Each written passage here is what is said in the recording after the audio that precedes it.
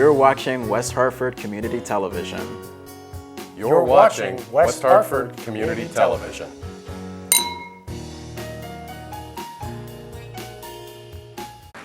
You know, December 14th was the worst day of my life. And I know that seeing the faces of the loved ones that lost their loved ones meant so much to me. It has changed my life and probably everyone here today. It sure has. And I want to thank you for being here today. You know, our hearts might be broken, but our spirit is not broken. Our spirit is not broken.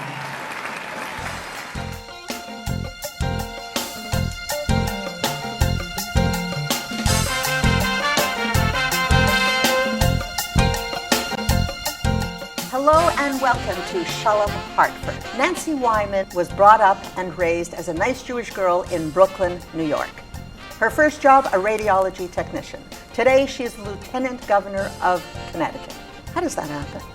I'm Pat Kazikoff, and you're watching Shalom, Hartford. Stay with me, and we're going to meet the 108th Lieutenant Governor of Connecticut.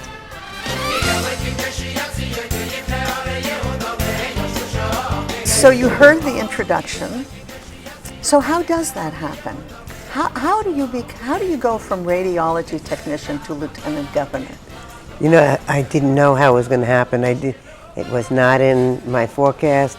I love being an X-ray technician. Did you want to be an X-ray technician? Yeah, I did. I really did. I started out being a candy striper in New York at Maimonides Hospital. And when I got into it, I learned all about radiology. So I went on to school for it. And I loved my job. And I got married. We moved to Florida for a couple of years. I did my X-ray down there and then had my first child. When my husband got transferred, because he worked for the Travelers, he got transferred back to New York. And so we lived up in the Bronx for a little while. He got transferred again within a year up to Connecticut. And, you know, I had my second child. We moved into a house in Tolland, which is far away from whatever kind of living I thought I'd ever have. Well, you're a city girl. Yeah, I was, and but you're a Brooklyn Jewish girl. Yes, to be more accurate. Yeah. And so I was very, very fortunate. And how I got involved in politics. There was a few things that my parents did not talk about in the house. One of them was politics. So you had when you were growing up, did you ever say, "I want to be a politician"? I want to be. Was there something that? No, it wasn't. It was. I love helping people. And so the only way I got involved was because my children were going off to school and we were having trouble in that school system in Tolland. He didn't like what the Board of Education was doing, so there's a group of women that got together and wanted to impeach the Board of Education. And we found out you can't impeach a Board of Education, only the President of the United States. So they said to me, well, you know, maybe you'd have to get involved in some of the... When you said they said to you, who is they? Just the some group? Of the group, the women that were there, and I ran into a man who was the Democratic town chairman in Tolland, and he says, come to a caucus. We'd like to get rid of some of the candidates. Did you know what a caucus was? No, I had to go home and ask my husband, what's a caucus? And he said to me, whatever you do, when you go there, don't scratch your nose. It's like an auction. You scratch your nose, you're going to end up running for something. I went, no, that's silly. He was right. I got there was a fight. All of a sudden, out of the blue, somebody recommended. I put Nancy Wyman's name into running for Board of Education. It had never been discussed before. No. And so I was sitting with the chairman's wife, and she said, don't worry about it. Michael will take care of it. And he didn't take care of it. He told me I couldn't get my name off of the ballot now, and which he wasn't speaking the truth to me. But we ended up running for the Board of Education, door knocking, having these women put signs up all over the place. We were very fortunate. And you were the first vice chairman, weren't you? I was the first vice chairman. So right away you had a majority of voters, a very big majority. We did. We were very fortunate. had a great Board of Education. We changed things around. The superintendent left because he wasn't happy with me. The teachers were very happy because we could get things done, and we did. As I served there for 8 years. Talk about it. I see happiness. Oh, That you wonderful. seem to enjoy it a lot. So you got the bug. Yeah, well, it wasn't really the bug. It was really the fact that, especially in the local level, it's probably one of the hardest jobs you ever have. But you have to deliver. You know, you can see the difference when you do something right away. So anytime that I could help children, or I can help the teachers, or help society doing something, they're making it better. That's what I did. The interesting part was I was working part-time then as an X-ray technician. I hurt my back, and I had to stop working and doing the X-ray. I had gotten involved so much that I met the state senator then from my district and the state house member, and they said, you know, hey, come to the Capitol and work. So I became staff at the Capitol during the sessions and then in the interim. And it was very nice, and I really enjoyed it. When the state rep came to me and said, there was many elections in between, and the state rep said to me, you know, Nancy, would you save my place? Let me put your name in to be the state rep. How many years after you went on the Board of Ed did that happen? 8 years. 8 years. 8 years I was on the Board of Ed, and then I was in my 5th year or so on the Board of Ed when I went to work for the state. And then 3 years after that, they asked me if I would just hold this position for this very nice man that used to come from West Hartford originally, and then from Willington. And he said, just hold the position because I might want to run for Senate. And if I don't want to run, I can come back and you'll be fine. I said, but I don't want to be a state rep. Don't worry about it. Well, he wasn't truthful to me either. Nobody's truthful. It wasn't truthful to me because they came Are back. Are you seeing a pattern here? I was. No, I didn't see it fast enough, though, I think. But he came back and said, Nancy, I don't want to run for Senate, and I don't want to run for House. But you have to run for House now because you're out there the most. Next thing I knew, I was running for the House of Representatives. But do you see yourself as being ambitious? Do you see that? No. I think this is something that any step I can do where I think I can help people, that's what I want to do. If I can't help the people anymore, it's not anything that satisfies me. So I probably don't want to do it. So you became state rep? Yes, for 8 years I served there as the chairman of the Education Committee and as a subcommittee chairman on appropriations, and really got into it. Loved it. I really did love it a lot. Fortunate in many ways. At one point was asked if I wanted to run for majority leader, and I said no, I am staying where I am as education chairman. I loved it. And you know, that we had people there that said, hey, you've got to do more. You know, you can do more. This reminds me of the story that I read about Golda Meir. She tells the story about she was at the back of the room and someone in the front of it said, what about Golda? What about Golda? And I'm hearing that about you, that it almost by accident, but not quite. That's a wonderful comparison. Thank you. That's such an honor to be compared to Golda Meir. You know, that she tells the story in her book. She just was doing what she was doing, and somehow it happened. Yeah. But it happened for you over and over again. I mean, you were beating Republicans during a Republican governor. You were beating Gene Gavin and Chris Scalzo. I mean, you were beating Kathy Cook, who was endorsed by 3 newspapers. You were really, really moving forward, and now you're moving forward also. Yeah, well, you know, the races you're talking about were statewide races for the controller. Yeah, and how that came about was I was coming back from the inauguration of Bill Clinton, and I was driving a bus, somebody's car rather, and there was 3 other women in the car, 1 man and 2 other women in the car, and the gentleman said to me, so Nancy, if you could be are you really not running again for state rep? I said, I'm not running again for state rep. And we talked about that for a little while. He says, well, if you could be anything you want to be in state government, what would you like to be? And I said, state controller. And he said, you mean Secretary of State? And I realized, I looked at him, he says, I didn't mean it sexist, because at that time, the woman's place was Secretary of State. But I didn't want to be Secretary of State. I wanted to get into the numbers. I enjoyed the budget. And you beat a CPA, I think. Yes. You beat Gene Gavin. Gene Right. Gavin, he was a CPA, Right, a Republican he was. Yeah. CPA, and you beat him. Yeah. How did that feel? I'm hoping that I really believe that I see it a little bit differently than many people. I don't believe that I beat the other person. I really believe that people had faith in me, and that's what I need to believe. Not because I could beat another person, but that people had faith in what I was doing and what I could do, and what I can learn about and help forward. So to me, it's not the opponent, it is the getting my points across of who I am and what I want to do. The interesting part about that, though, which is a kind of fun story, is that as I decided to run for state controller, everybody said this was the woman's spot. Well, it just so happened that a young man from West Hartford named Miles Rappaport He became Secretary of State. Right, he decided to run for Secretary of State the same time I ran for controller. But every time we'd go places, somebody would mix it up and say, okay, the next Secretary of State, Nancy Wyman. Miles would look at me, I'd look at Miles, and I said, you just don't look like a Nancy.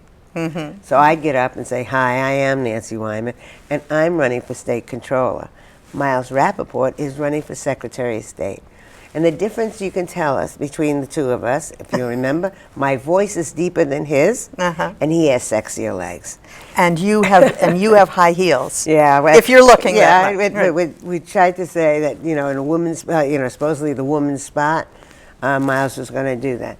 And the truth is, we both got elected. We, served, and Miles then went on to run for a different office that he didn't accomplish. It's been such a great experience for me. So I served there as state controller for 16 years. So given that you were state controller, which was traditionally a man's role, did you have any mentors during this time? Do you have any females that sort of were mentoring you along? Because you were in a man's world during that period, especially. The interesting part, there are two women in politics, besides the many women outside of politics. When I first started out as a state rep, a woman named Naomi Cohn, Bloomfield, and a woman named Janet Polinsky. She just passed, Janet. Both of them were in the legislature when I got there. When I was staff, we became kind of friendly, and they had different spots. Naomi Cohn at that time was the committee chairman for education, and Janet Polinsky was the head of the appropriations committee. And when Naomi was asked to move on to another leadership spot, she says, the only reason I'll leave in education is if you make Nancy Wyman the chairman of the education committee. And they listened to her, and so I got that. Janet Polinsky taught me everything about the budget. So they kind of leapfrogged me over them. Those are the two political women that I can say have really helped me so much, and I know that I owe a lot to them. When people say, well, there's got to be other women in your life, I say, yeah, my mom, my grandmother, my sister in her way. Did your family expect you to go this high? No, my family never expected me to be in politics or anything else. When my mom and dad came to visit for the first election of the Board of Ed, it was unbelievable, because we never talked politics in the house. When I would go down to Florida, they had moved from Brooklyn to Florida, and my father, and I can always tell this story because my father was in a wheelchair, he had his leg amputated, and so I was sitting at the kitchen table, and he's talking about politics with me, which we never talked about. And my mother, God bless her, was standing at the kitchen sink, and she was washing dishes. And my mother, without turning around, says, they're all a bunch of crooks. And my father takes a wheelchair, turns around and says, Ann, you're talking about our daughter. She's not my daughter, just the rest of them. That would be a common sentence. So we're talking about your family, and the name of the show is Shalom Hartford. Yeah. What about, and you're a nice Jewish girl. I love it. You're a nice Jewish Thank girl. you. There's Thank no you. question. It's a great compliment. And it's true. Thank you. How does given that you're a nice Jewish girl, and given that you're brought up in a Jewish home, How does the Judaism, has that affected your decision making? Is that germane? Like, do things come into your head? I was brought up in a kosher home. We were in a two-family house. My parents lived in, and my sister and my parents lived upstairs. My grandparents lived downstairs. I was brought up in a very warm, caring, loving home that I didn't know that we didn't have money. But there was food on the table, the house was spotless, and there was love in the air. Was there Judaism in the air? You said you're from a kosher home. There's a lot of people who are kosher, but there's not Judaism in the air. You know what? It's by habit. To me, Judaism, everybody might have a different definition. To me, my religion was something that taught me that you respect people. You remember your history. You never forget the history. But you bring people in. I was brought up in a home that everybody was accepted in our home. That people, there are very good people no matter where you come from. And that's what my grandparents did when my grandparents had, and my grandfather had his business, where my parents have always done. And that I hope that I have instilled that into my children. What about the, were you schooled in Judaism? Like, did you learn? I went to Hebrew school at night. You did? I did. I went to Yiddish school.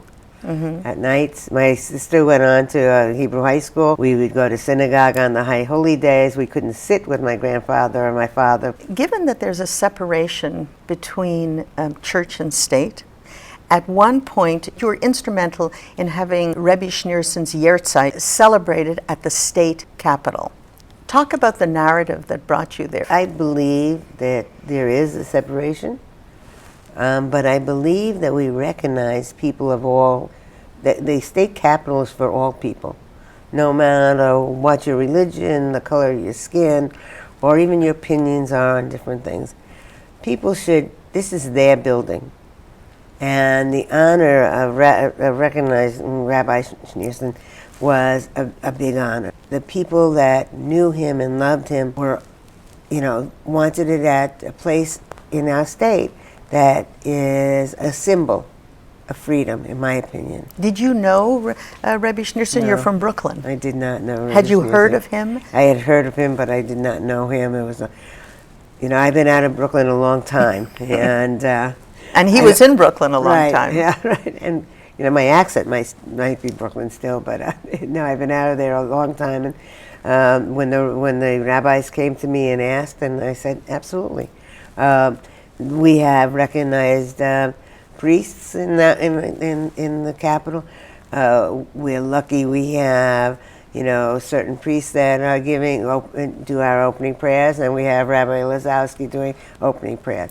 The capital should be a place that people feel comfortable to come in, celebrate good occasions.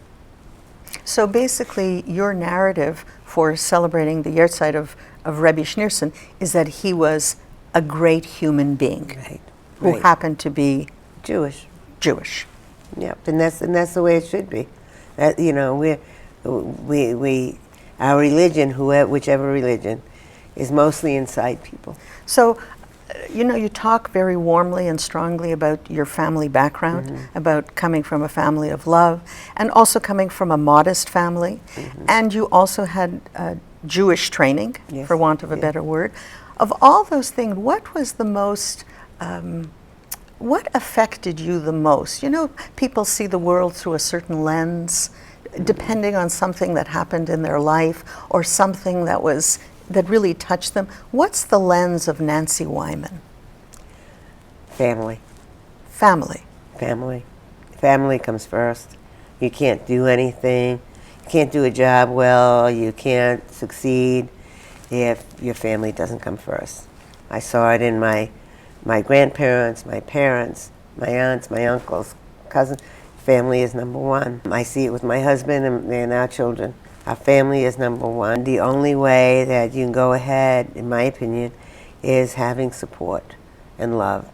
There are some very rough days in my life that I'm not home a lot.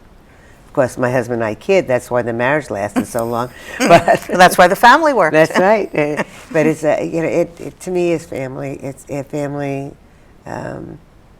family is very, very important. You know, you might not have had a great upbringing. I was very fortunate I did. But hopefully you found somebody, you love somebody, you have your own family. That becomes the center. To me, that's the center of my universe. What about your, a little more controversial, we all know that Donald Trump is going to be, is president-elect right now. And he's talking about dismantling, more accurately, talking about saving some things and deleting some things from the Affordable Care Act. And you happen to be chairman of Access Health, CT. Access Health. And I'm reading that the enrollment period is now starting. I'm also reading that the payers for Access Health, the insurance companies, the commercial payers, are taking themselves out of that marketplace.